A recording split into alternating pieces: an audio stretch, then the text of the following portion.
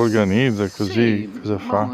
la storia è che c'è venuta 20 anni fa a me, mio marito e questo signore Ennio Martinis che è mancato e abbiamo iniziato a fare quello grande vicino a casa mia e poi con l'andare del tempo abbiamo aggiunto sempre delle statue che sono fatte in legno e da 4-5 anni mi è venuta questa idea, siccome ho trovato delle persone generose che mi prestano i loro presepi, le loro opere, di metterle lungo la via qui a Pozzo, in via San Rocco, per dare un senso di spiritualità, della natività, del Natale, del presepio, se no è solo una cosa così commerciale. E vedo che anche le persone del paese, i bambini, con questa attività, queste cose,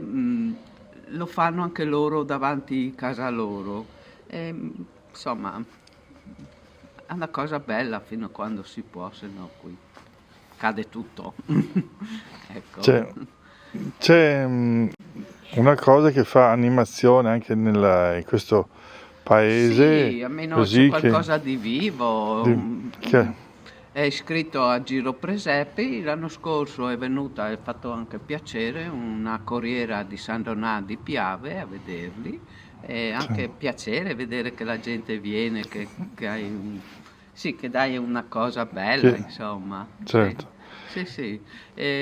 Allora, i presepi ci sono 3 fatti in ceramica da una signora di Camino che è autodidatta.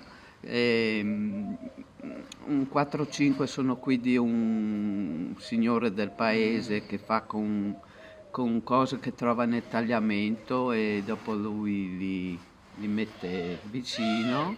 2 sono in terracotta e gli altri sono di cose che trovo io e mi viene l'ispirazione di mettere vicino e fare così. Ecco. Bene. Sono una signora Pevato Angela e sono anche la sacrestana del paese. Ah, insomma, No? è un paese che non è molto grande, che magari non potrebbe fare grandi cose, però questo Non è presepio grande. aiuta Sì, a animare aiuta a un po' animare, sì. il paese, a dare un po' di vitalità e a tenere attiva la gente. Attiva la gente, sì, un E, po' di vita, perché e i poi paesi se no vanno morti.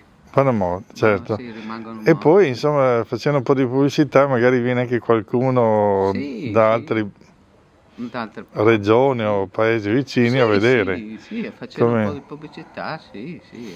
come diceva, c'è anche una serie, per esempio, a Pofabro Sì, c'è una che... rassegna di presepi a Pofabro, che mi sembra che siano sui 500 presepi lì, che li mettono in tutto il borgo. Boh.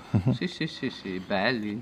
Dopo, qua vicino, non so dove, a Moggio c'è anche la rassegna di presepi.